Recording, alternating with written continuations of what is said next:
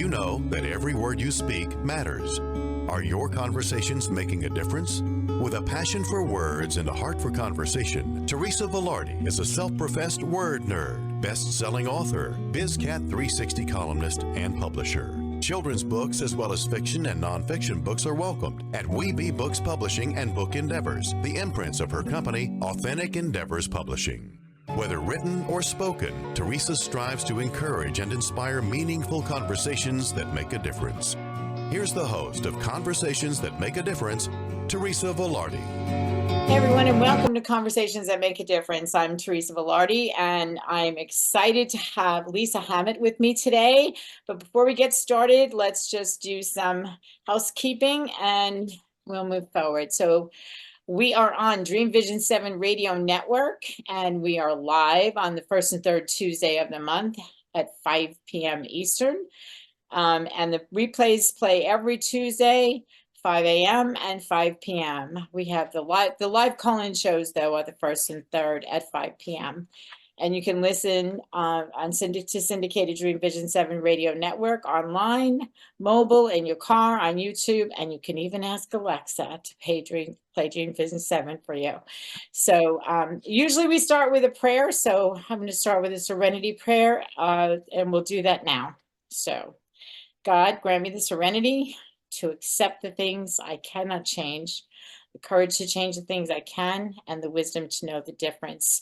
And I'd also like to say that it is by God's grace that we are fabulous, blessed, highly favored, living in our greatness, using our gifts and talents, making a difference in the lives of others with passion and purpose, and all of God's great universe is conspiring in our favor. We gratefully say, Amen. Amen. Amen. So without any delay, let me introduce you to this dynamic woman, Lisa Hammett. As a certified positive intelligence PQ coach, we'll talk about what that is. Lisa is a mental fitness expert, and using the principles from Shirzad Chamine's groundbreaking research in positive intelligence, Lisa speaks to audiences and coach leaders on mental fitness techniques for managing stress in work, life, and to prevent burnout and improve your health, well-being, communication, productivity, and mental clarity. Boy, you are a wealth of information, girl. Yeah. Techniques can be applied in the moment to diffuse negative thought patterns that influence behavior in dysfunctional ways, making it possible to shift to a positive, sage perspective. And you are a dynamic, transformational, and TEDx speaker, an international best-selling author, a certified positive intelligence PQ coach, a wellness expert, and a vocal and personal advocate for obliterating burnout in healthcare and human resources. With over 26 years of experience as a leader in the corporate retail industry, Lisa knows firsthand the toll that stress and burnout can take on individuals. After a transformative health and wellness journey, where she lost 65 pounds, Lisa decided to dedicate her life to helping others achieve their health and wellness objectives. She's positively impacted the lives of thousands of individuals, empowering them to make lasting changes. And her first book, From Burnout to Best Life, How to Take Charge of Your Health and Happiness, reached bestseller status in 16 categories globally. Lisa, welcome to Conversations That Make a Difference. Thank you so much, Teresa. That was an amazing introduction. You're very kind. Thank you. Thank you. Well, kind is the word of the day. It is World Kindness Day today, by the way. Yes. Yeah. Yes, it is. Yes. And so tell me about how this journey started. What led you to become a coach and a speaker, and then ultimately an author? Okay. So as you had mentioned, I had spent 26 years in the corporate retail sector, and I reached burnout. And it destroyed my health and well-being. It almost cost me my marriage.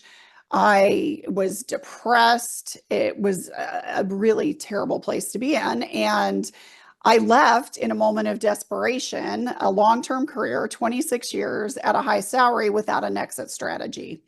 And that eventually led to bankruptcy. Now, fortunately, I've since moved past that, but I share all of that to say that that really pushed me into a self-development wellness journey because I had gained a lot of weight as the byproduct of the stress. So I went through my journey and I actually went to work for Weight Watchers way back in the day and lost the weight. And then I became a coach for them and coached for them for like 12 years.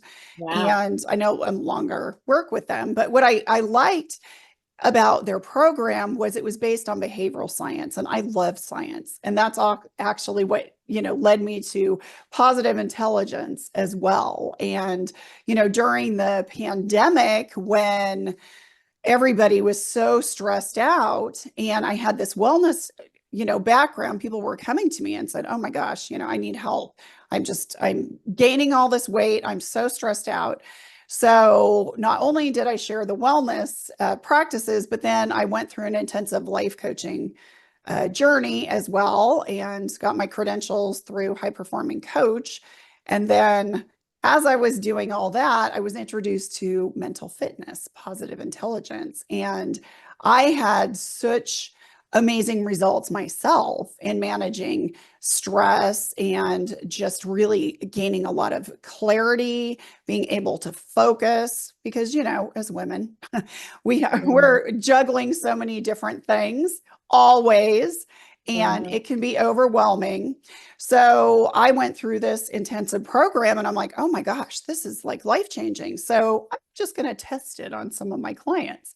So I didn't use any of the lingo or, the technical terms, but I just kind of interjected some of the techniques, and they had so much amazing success. And I'm like, okay, this is a no-brainer. So I decided to get my certification in that. So that led me on that path. And then how I kind of got into the speaking circuit and the book. Let's back up a second.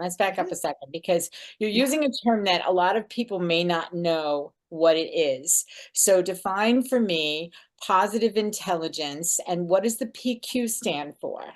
Okay. So positive intelligence is based on the groundbreaking science from Shirzad Chamine, as you had mentioned, and it's really the study of how our left brain harbors all of our negative emotions and how they influence our behavior and the behavior of others and cause us to really, misfire in life, so to speak. It makes it challenging to have quality relationships, to have impactful communication, for career success, and then also just for overall health and well-being. So so that's basically the positive intelligence, and the mental fitness is the piece of it. When we develop this mental fitness, we can then stay clear-headed. We can respond with empathy.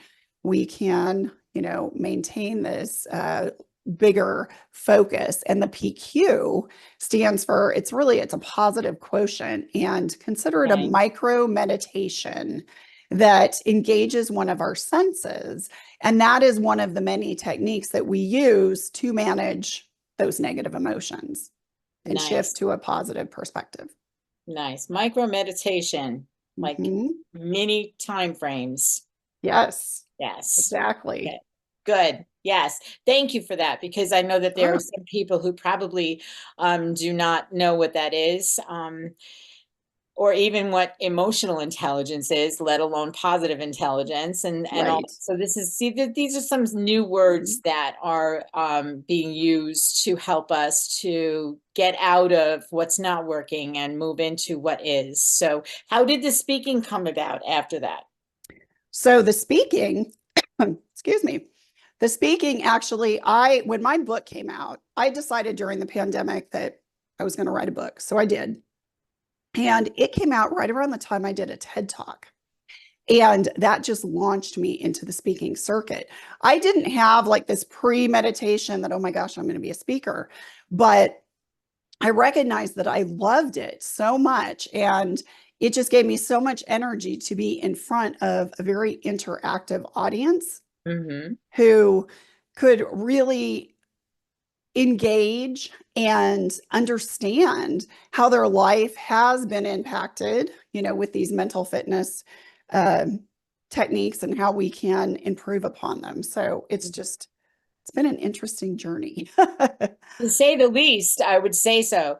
Talk a little bit about your book and how that, I know you did it during COVID, and which is a great time. A lot of people decided to become authors during that time frame. Like, what else do you do when you're locked up inside the house? So Exactly. it's great. So tell me about how you got started with that, and what can people expect in the pages of your book. Just a few little tips maybe you can give them so that they will go out and continue to keep you in the bestseller category. Well, thank you. I'll show you the cover so you can, Yes. oops, why did it pop out? There we go. There's the cover. Awesome. So it was funny, I did a lot of virtual networking, as we all did during the pandemic. And I just started connecting with a lot of people in the publishing space, hybrid publishers, editors, graphic designers. And I had started blogging during the pandemic. It's just a way to kind of grow my outreach. And I'd always liked to write, but I had never thought about necessarily publishing a book. Well, when I started connecting with these people, they would all say, you've got some great content here. Have you ever thought about writing a book? And you hear that one time and you're like, oh, thanks. You're so nice. And then you hear that again and again. You're like, okay, God, what are you trying to tell me? Yeah. And then it was so obvious to me that, okay, I have to write a book. So the first book, this book, was really based on kind of a compilation of my blog posts and just thoughts that I had been really relaying to my audience over a couple year period. And I put them together it's a self-development book, and with a lot of practical steps on how, if you're close to burnout, what are the warning signs? How do you move past them? And there's different sections in the book. So the first section is about mindset, and then what you put in your body, how you move your body, and, the importance of sleep. So it's really a holistic wellness approach. And at the end of each chapter, there are reflection questions, which help you to really think about areas in your life that you might have some issues with that you would like to address. So the objective is, by the time that you've read the book, then there's probably a couple areas that you might want to work on. I'm not saying it's going to, every single aspect may apply to every single person. Absolutely not. But some may totally benefit, and then others may, pick and choose some key points and move forward proactively to create their best life. What's interesting about what you're talking about here is something that I've always believed, that we have to incorporate change, or burnout is not just about your mind, it's about your body, it's about all these things that we are connected in every single way: body, mind, spirit, soul, whatever, physical, emotional, heart center, all these things are connected. So it sounds to me like you put something together that has a total, I'm going to call it an integration feel to it. Yes. Yes. Perfectly said. Perfectly said. Yes. Yeah. Good. I'm excited. I'm going to get a copy of your book. I didn't get a chance to you. get it before this, but I'm going to get a copy of your book. So, what encouraged you, besides your own experience, and now you've got the book, you're a coach, you're a speaker. Talk to me about what it's like to be a TEDx speaker, and how did that help you in your business? Oh, that's a great question. I have always admired people who did TED Talks, and I thought, that could be something that's kind of cool. And I live in McKinney, Texas, and several years ago, we had TEDx basically come to McKinney. So for those who are listening, who have contemplated, doing a TED Talk, it is quite a process, and it's a vetting process, and there's a lot of interviews, and you have to submit videos, and it's pretty pretty, what's competitive, I guess is what I'm trying to say. Yeah. But it is one of the best experiences you can go through. So when I speak, and I'm very comfortable speaking in front of audiences, but I do have a slide deck, so I do have something to kind of guide me, but then I only use that briefly, just, to transition. Oh, a TED Talk is memorized. They want every single word. And what was really interesting, so you submit a video. Okay, I felt very comfortable submitting the video. And then they want you to write a script of that. And we speak very differently than how we write. And if you don't write or speak often, you may not recognize that. But I started to see that when I was writing, I'm like, that's not how I speak. So then I had to really change that. And it was really eye-opening. Yeah. And, having to memorize, it's stressful, but it was a really, really good experience. And they assign you a coach, and it was just a great experience. So I highly encourage anybody to do a TED Talk. Yeah. So now we're going to go to, okay, what exactly is a TED Talk? Because I know what it is. It's something that I have on my bucket list for down the road a ways. But some people just don't know what a TED Talk is. So if you would give us a little bit of a peek inside, besides what you've just said, now you've got everything memorized and you get on the stage in front of what kind of audience? Let's talk about what it's actually like so people know and can aspire to do what you've done so far. Right, exactly. So TED.com, it's actually a nonprofit, and they look for thought leaders. It's not a sales pitch. You don't even really talk about what you do. It's more about, I have an idea that is relevant to what is currently going on in the world, and I want to share it with people. So you're having a conversation with the audience, and you might kind of ask a question and they can kind of nod, but it's not really interactive, hence the memorization standpoint. Now, to get on the TED stage, which I believe is in New York or it's back east, I mean, you pretty much have to be a very accomplished speaker or you have to be a celebrity. I'm just going to put it out there. It's very competitive now, and it's also expensive because there is a fee involved to do that. Now, the TEDx are the independently run TED Talks, which can be all over the world. So these organizations, these media organizations, what have you, they decide to put on these TEDx talks. They have to use the same model that TED does, but the same formatting, but they're independently run. So it is a little different. And TEDx's typically are a little shorter. Mine was really short. It was 5 minutes, but there were 19 of us. And it was like boom, boom, boom, right after another. But the average is about 10 to 12 minutes, and then, if you're actually on the TED stage, that is about 20 minutes. It's a long time to memorize. Yeah. And then, I don't know. I'm such a fly by the seat of my pants kind of girl. I don't know if I could do that if it's got to be memorized, because I mean, this is what lights me up, this conversation, like having a conversation, getting to know somebody, getting to know what they know that I might, or my audience might like to take away from the conversation. And that's why you're here, Lisa. Well, thank you. Yeah, you're welcome. And I'm imagining that in a TEDx situation that the audience is much smaller than what would be on a regular TED Talk also, yes? Very. So ours was about 100, maybe a little over 100. And that's actually pretty typical. If you're in a really big area, then it might go up to like 200, but the TEDx's aren't enormous. Where you do a TED Talk, there could be, thousands of So people. do you have that TED Talk on your website?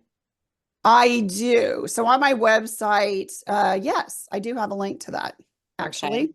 Okay, great. And before we forget, give people your website, how they get to your website so they can see that. Yes, you see my name. It's lisahammett.com.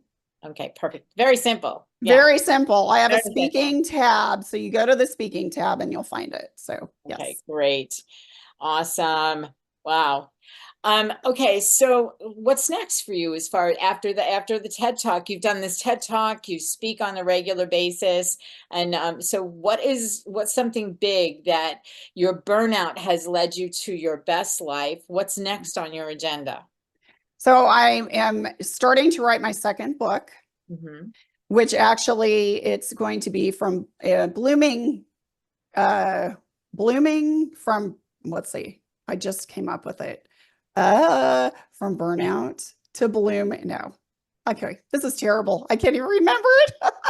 Blooming beyond burnout. Hello. I just blooming beyond burnout. Oh, I love that. Yes. Blooming beyond burnout, stories of thriving health and happiness. Nice. Yes. Nice. So the feedback that I've gotten from the book, people love my book, but some have said, I wish there were more stories in it. And I do have some stories, and certainly my story integrates through it. But the second book will have positive intelligence in it because it's not in the first book at all. It's different principles.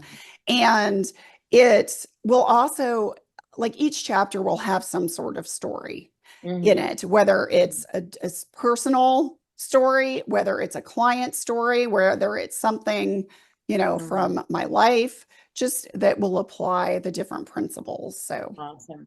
Yeah. I think that's a really good idea, especially now in this time that we're living in, where the world is, and there's just so much happening.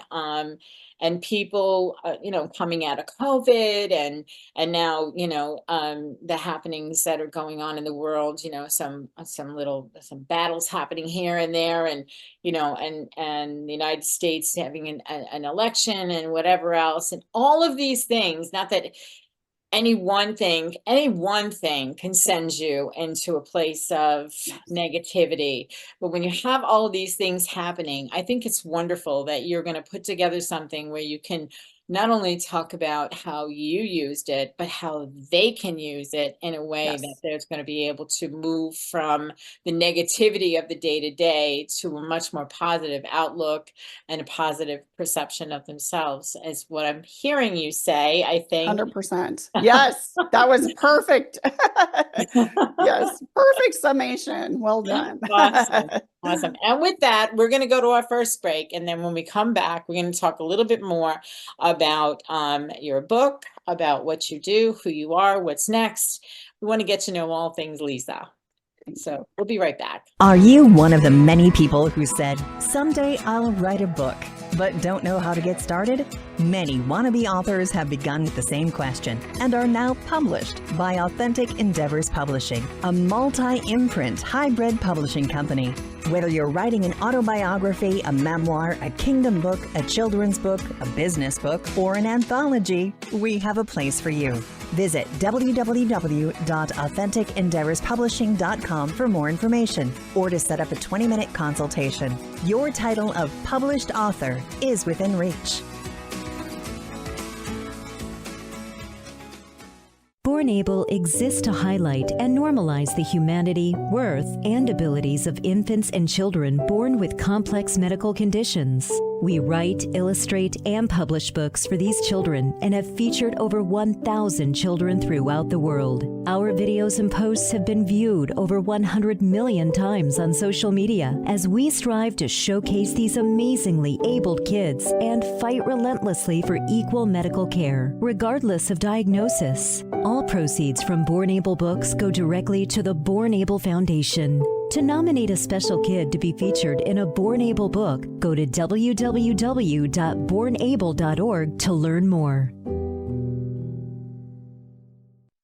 Did you know that every word you speak matters?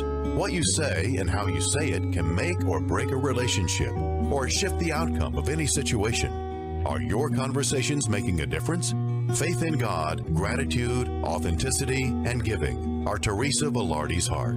It's in this spirit that she's focused on making a difference in the lives she's blessed to touch. Conversations That Make a Difference is now on syndicated Dream Vision 7 radio network every Tuesday at 5 a.m. and 5 p.m. Eastern Time, with live call-in shows every first and third Tuesday at 5 p.m. Eastern. This is Dream Vision 7 Radio Network, uniting mankind with universal love. Our shows are created from the heart, bringing each listener to a place of divine enlightenment. Breathe, relax, and enjoy. Let life flow. And we're back with Lisa Hammett. Lisa, so far this conversation has been really enlightening. Talk to me a little bit about, and our audience, about, first of all, what encouraged you to get your certification and pursue this positive intelligence PQ. Let's talk a little bit about that, and then and see how. Give me some ways that people can use this information in creating a better life for themselves. Absolutely. So as I had mentioned, I fell into positive intelligence by going through a training myself and had a lot of really great feedback. Well, as I started, applying the principles to my coachees, I saw that there was so much enlightenment, and I thought, certification would enable me to really better serve my clients, and I could grow. There's so many new things that positive intelligence is creating, and it's expanding, and being able, to have that certification enables me to get my hands on those things so I can then share it with the world. So it's not just, for stress management, it's for, how do you manage relationships, and how do you lead with empathy if you're a leader in an organization, and how do you improve your personal performance, and yes, your overall health and well-being, whether it's losing weight or just helping with your mindset, and just so that you can live your best life. And the principles just so much align with my belief system as well, that it was just kind of a no-brainer. Yeah. So what are some of the principles of this positive intelligence? So the principles really are, firstly, identifying those negative thought patterns that we have. So just some fun facts. We have between 60 and 80,000 thoughts a day, and 80% of those are negative. Yeah. 80%. The first time I heard that literally blew me away. I know. It's insane. I mean, it's no wonder people struggle with mindset and struggle with being successful, because, and the thing is about those thought patterns, most, because there's so many, bubble up from our subconscious. So we're not even aware that we have them. So in the positive intelligence space, it's really learning how to recognize them and then intercept them. Now, we have a term for the negative thought patterns and their corresponding behavior. We call that a saboteur trait. So there are 10 different saboteurs, and with the judge being the most predominant one, judging us, judging others, judging circumstances, and then all the little accomplice saboteurs that go along. So that's kind of the negative aspect. And then, the techniques, which we'll talk about later, where that PQ comes into, that's how you intercept them so that you can shift to that positive mindset. Because really, mental fitness is your capacity to respond to life's challenges with a positive versus a negative mindset. And when you're in your positive sage brain, which is your right brain, I like to call it your zone of genius, you can respond with empathy. You're happy, you're healthy, you can see the big picture, you can respond to challenges by looking at the gift and opportunity in the situation, or at the very least, accepting it as is and moving on. Because think about it, how many times as humans, we ruminate on things that are completely outside of our control, but they fester and they can manifest, especially in the evening when we're trying to sleep at night, and they keep us awake, or they could rob us of really being productive because we're so worried. So it's learning how to, if we can't find a gift and opportunity in that challenge, it's accepting it. It is what it is. I'm going to accept it for now, and then I'm going to move on. So Interesting. Yeah. You're absolutely right. We tend to ruminate on things that aren't working and things that kind of like, I'm going to say, get under our skin and cause us to like have a mental itch that you just cannot scratch. I love that. I love that analogy. Absolutely. Yeah. Yeah. Absolutely. So so what's, I get the saboteur thing. The minute that you said judge, I have this thing that I say when I'm in my head and I'm in that place of judgment. Now, I don't know anything about your program. I just know what I know and what I've learned through my own experience and the various things that I've done in my life. But I learned a long time ago that when I'm in my head creating this havoc, this negative connotation to whatever it is that may have set it off, inside my brain, I say, Teresa, shoot the judge. I love that. Well, that's a thought disruptor, what you just described. So some people go, stop, stop, stop, stop. Not necessarily out loud, especially if you're, in a public setting or whatever, you don't necessarily have to do that. Or you could say, cancel, cancel. It's like, I am not going to allow that thought to derail me. And that's exactly what you're doing. So it's a thought disruptor.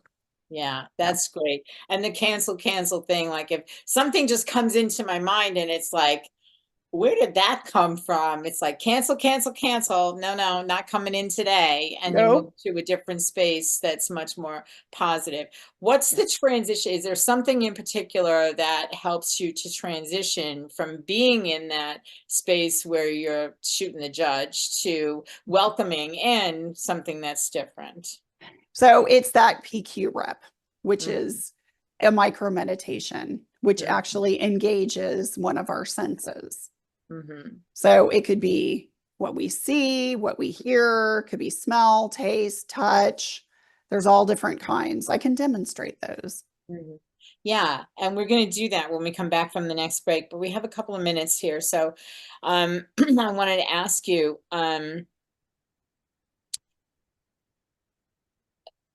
in your experience, do most of the people who do this work, do they have a positive outcome to, and are they open? Here's what I want to say. And what's prompting this question, maybe I should reframe this a little bit. There are people in my life that no matter what you say to them, they're always in the gutter, so to speak. They've got their feet in the mud. They can't move. Their brain is going crazy with all the things that aren't going to happen. Life sucks. And they're in that space of whatever. And along comes somebody like you or me who say, turn it around, baby. Turn it around. There's something better than that. Let's see if we can help you. How do you deal with the people who are just stuck on being stuck? Those are my clients. Often. There has been no conversation before this picking the brains of Lisa's clients. No. Okay. No. So let me preface this by saying the people I work with recognize that there is a block there, that they're totally stuck and they want a better life. So there has to be a desire to change. And the person that you described, if that person is not ready to change, they won't. It doesn't matter how great these tools are. They're not going to hear it because they're not ready to hear it. And in situations like that, and we all have people like this in our life, hopefully it's not a family member, but if it is, you limit your exposure because they will suck the life out of you. Yeah. I call them energy vampires. I just said the same thing. Energy vampires. Gosh. Oh my gosh. We're totally on the same wavelength here. I love it. Yes. I have several of them in my life who I stand clear of unless I absolutely have to communicate with them for whatever reason, because and you call them energy vampires because literally, as you just said, they suck the life out of you if you let them. They do. And it doesn't matter, even if you are a mostly positive person, when you're around somebody that is that negative, that we call that a saboteur contagion. It's where their saboteurs, even though they don't know they're saboteurs, are infecting you, basically. And it's causing your saboteurs to have a little party. And that's how we influence each other's behavior. So now let's take this to your experience with weight loss and bettering your physical well-being. Yes. How much do we experience? And I'm going to raise my hand because I need help in that area. You know, how much do we experience the saboteur taking over our goals to get healthier, get, have more peace in our lives, have a better looking body, a better feeling, a healthy body? How do we, what are some of the things that someone might do in order to be able to shoot the proverbial judge when in that area? And that is such an important topic, because weight loss or just getting healthy is really about 95% what's in your head. Mm-hmm. And if you don't get this right, it doesn't matter what you do, because Mhm. anybody can lose weight if they really put their mind to it. Now, there's some wacky things out there, that are all about deprivation and doing things that aren't healthy. And, we could have a whole sidebar conversation on the right things in that regards, but you have to get in the right mindset, and you have to learn those triggers that are causing you to react. So the triggers are the saboteurs, basically. And what is causing them to appear? Is it temptation, being around certain individuals? Is it stress? Stress is a huge, huge factor into why people often gain weight. I mean, look at COVID, for example. That was hugely stressful. Depression, sadness, even boredom. Even boredom. When people are bored, they eat. They do. Not everybody. There are some who the opposite happens, but for the most part, we're all emotional eaters to a degree. And the people who are successful just know how to manage their emotions better. It doesn't mean that they are a better individual than somebody else who really struggles. It just means they have learned techniques to manage their mindset to help them be successful. And how much of what your experience has brought to you solidifies the concept that whatever's in your past, your past experiences, your past habits, your family, your whatever has created that past, when we bring it into our present, there's no way to transform it unless you absolutely have a situation like what you were describing. You left your job immediately when you just couldn't take it anymore. Bye-bye, see you, right? And then there's a period of time in there where we have our own little, for lack of a better phrase, pity party. Okay, I did this, what am I going to do? Let me just whatever. And it's time to get out. How much of that past experience do we drag with us? And it's probably one of the saboteurs, now that I'm thinking about it, or maybe all of it is the saboteur, to keep exactly what it is. Yeah. Yeah. Anything that prevents you from taking positive action is a saboteur influence.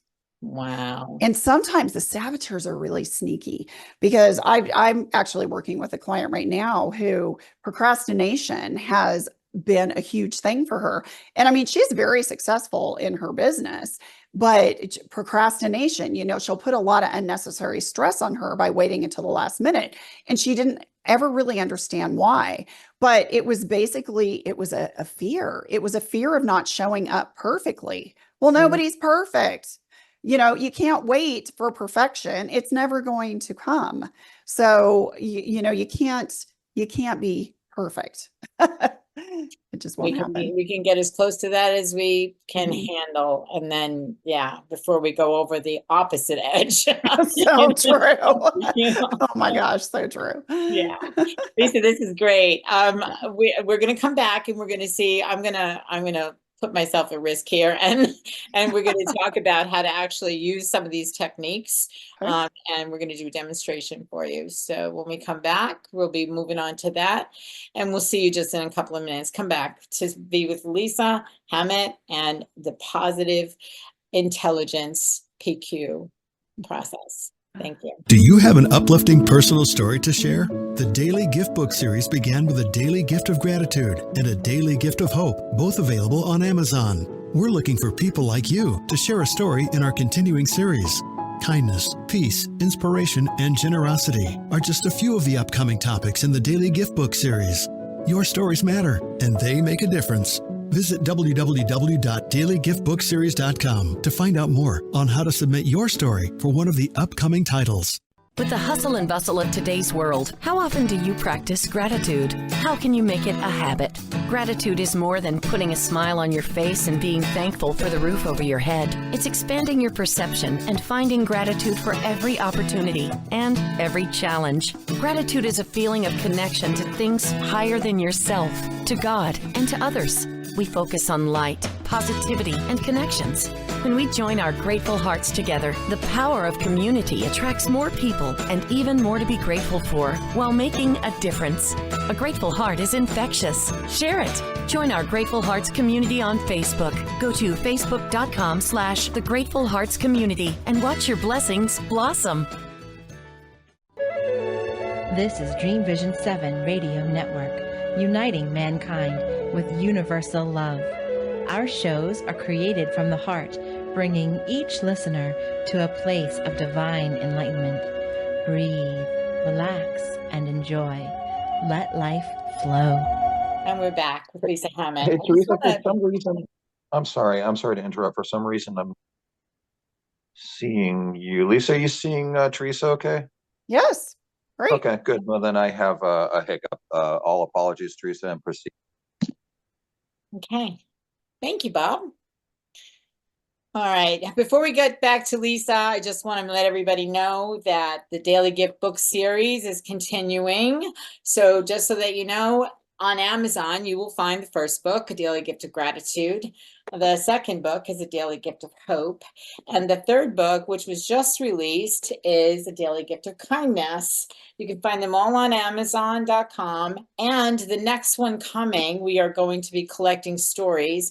These are multi-author books. People have contributed to them, their own personal stories about each of the topics. The next one coming is A Daily Gift of Peace. So if you have something you'd like to share in a compilation book, or if you're a wannabe author and you just want to dip your toe in the water, this is a great way to do it, to share a story in A Daily Gift of Peace. To find out more, go to dailygiftbookseries.com. Lisa.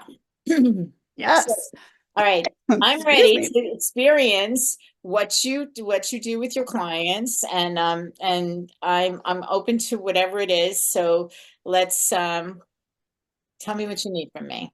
Okay, so let's first, why don't you close your eyes? We're going to do a really short, just something that you can do if you're in a quiet space, just to kind of relax and decompress. So with your eyes closed, just notice, just kind of sink into your chair and notice if you're holding any tension in your body anywhere. Start with your head and just gently roll your head around clockwise and pause wherever you feel a stretch that feels good to you. Again, it's all about leaning into what feels good to you. Just gently roll your head around and pause to stretch. And then take your shoulders and just gently roll them backwards in small shoulder rolls. As you're doing that, maybe let the rolls become a little more pronounced and get your arms moving with it. Just notice how that feels. Might even get your hands into it and just kind of shake your hands out a little bit. Just notice how that feels. And then notice how your back feels. If you're holding any tension anywhere in your back, and just move in your chair gently, twist maybe from side to side, and notice how that feels. And just pause when you find a stretch that feels really good. And then work your way down to your seat and your legs. And just notice how your seat is being supported by the bottom of the chair. And then just notice your feet on the floor. And then just gently wiggle your toes and notice all of those sensations. Take another breath in through your nose and just slowly exhale through your mouth. And when you're ready, you can open your eyes. Now, that's a very short version, but it's really about just being present. Some other things that you can do if you have a shorter period of time is you could focus on something that you can see. So I want you, Teresa, to look at something in your immediate environment. It could even be me if you want, and just stare at it as if you've never seen it before. And I want you to notice tiny details. And if you're having a conversation with somebody, for example, and maybe that conversation is becoming a little heated and you're starting to feel like that negative emotion coming up, you could look at the frames of their glasses if they're wearing glasses, or it could be the shape and color of the iris of their eye, it could be their nose. So it's not stopping you from literally hearing what they're saying, but it's taking that power away from that negative emotion. So those are just different things you can do with sight, but touch is a big one. You know, kind of talked a little bit about it in what I told you about, but it's even something as simple as like just really rubbing your hands back and forth and noticing all the sensations. And I like to rub two fingertips together. And that might seem silly, but it's really paying attention to the fingertip ridges of your fingers. You know, are they dry? Are they smooth? What's the temperature of your fingertips? And again, these are things that just take the focus off of that negative energy.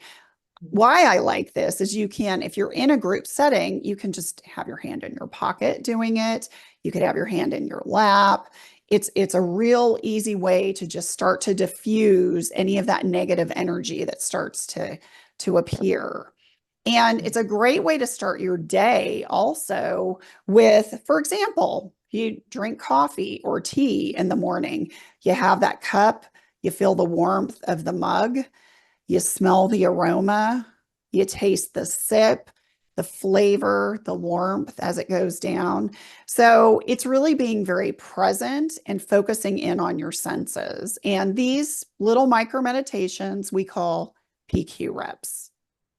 Love it. Love it. Love it. Love it. I love that you I love that you made the analogy with the coffee in the morning. I don't know about you, but when my day starts in the morning and I'm getting that cup of coffee, I'm already thinking the wheels are turning. Okay. Yes. All right. What's in my day? What's first? You know, what's first? What's most important? What do I have the capacity for before I finish this cup of coffee? You know, so Exactly. yeah. So how, as that's happening, you know, you talked about, you know, savoring the flavor of the coffee and whatnot, and kind of slowing down the process. And what you said is absolutely the most important. Be present to it. Get out of your head. Yes. Yeah. Because I can run 20 miles an hour on the treadmill in my head, but Oh, yeah. me to get on. Oh, you're not alone. Oh my gosh. I have to tell you really quick. So how I use this for my TED Talk. So I had a microphone incident on the day of the TEDx, and they take you back into the green room to mic you up, and they tested my mic. It worked fine. went out on stage. I had been doing breathing exercises. I've been doing this. I was in a great headspace. Start my presentation. Not 10 seconds in, the MC, I hear her saying, Lisa, this is in the middle of a TED Talk. And I thought I was hearing something. And then she rushes over and she said, your microphone's not on. And what had happened is when they had tested it, they had inadvertently turned it back off. Oh. So had I not been in such a great headspace, and literally I had been doing this the whole time, even when she came over. So she has her arm up the back of my shirt and jacket, it's kind of similar to what I'm wearing, to turn it on because it was on my back waistband. I'm looking at the audience. They have this like look of horror in their face. It's like, oh my gosh. I just smiled, just kind of shrugged. And then she said, would you please start over? I was calm, collected, and it was all because of these little micro meditations. And I delivered a great TED Talk. So it works. It works. Yeah, it does work. And I was with you the whole time that we were doing that. And I was like, oh, I can't remember the last time that I took a minute to really like pay attention to what was tight in my body and really just take a minute to loosen up and be more physically present and mentally present with my physical well-being. Man, I learned a lot from you today, Lisa. Yay! Oh, that makes me happy. Today. You know, I think that some of us probably know the stuff internally.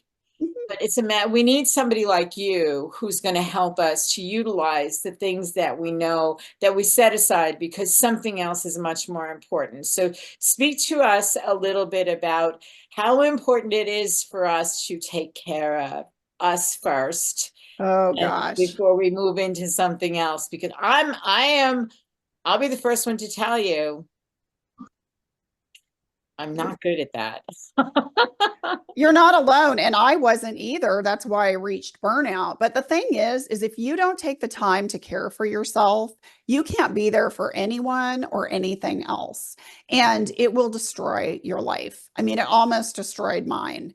And it's really recognizing when you're triggered, when that saboteur interference comes into play. And as you witnessed, it doesn't take a lot. It's just these little things that you can do throughout the day. And, you know, some people say, well, I don't have time to just shut things off and do this. I'm like, you go to the bathroom, right? What are you doing? For women, you're sitting there. Well, men sometimes, but you know, it doesn't matter if you're a man or a woman. You know what? You're in a private area. You've got at least 5 or 10 seconds. What can you do? Okay, just you can focus on the breath or you can focus on the sensation, you know, whatever. But I mean, that's an example. When you're washing your hands, feeling the warm water and just noticing, you know, how your hands feel as you're rubbing soap on your hands. You know, it's just those things that you do every part of the day. You know, when you're integrating them into these practices, it changes everything. Yeah. And, you know, that's really a good point because we tend to be, I think distraction is something that a lot of people are, you know, taken off course with anything that will distract them. You know, example. There's a neighbor who lives upstairs who is totally the noisiest person that I have ever run across. And as we're talking here, I can hear stuff that's going on upstairs. And I'm like, don't pay attention to that, Teresa. You are in this. And I'm physically having to mentally and emotionally bring myself from the annoyance of that noise to the conversation without disrupting my desire to hear every word that you say. Yes. And so I think that we need to really you know, be present, pay attention more than anything else. Like pay attention. When you pay attention, the being present comes after that. Yes, I think that's correct. Yes. Absolutely. Absolutely. Yeah. Yes. Wow, this has been really wonderful, Lisa. I am so glad you said yes to the invitation to come on Conversations That Make a Difference, because I think you truly will make a difference. You have made a difference in my life during the time we spent together, and I look forward to seeing what's next. Your book, the second book that you're working on now, when do you anticipate that might be ready? So my goal is to, by early September of next year, I will actually have the book. That is my plan. Awesome. So, yes. Wonderful. Wonderful. So keep us posted on that. And one more time, give your website so people can go and see more about you and how they can maybe get in touch with you to help bring them into the positive intelligence PQ area. Yes, it's lisahammett.com.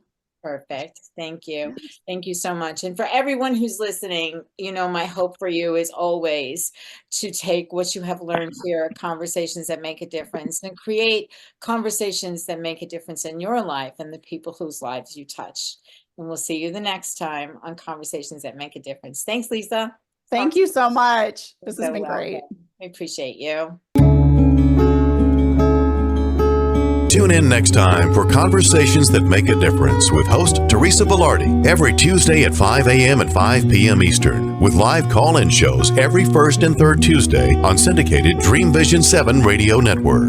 Thank you for listening, and thank you to our station owner, Deborah Beauvais, working behind the scenes. Be sure to go to conversationsthatmakeadifference.com for your free gift. Make sure your conversations make a difference.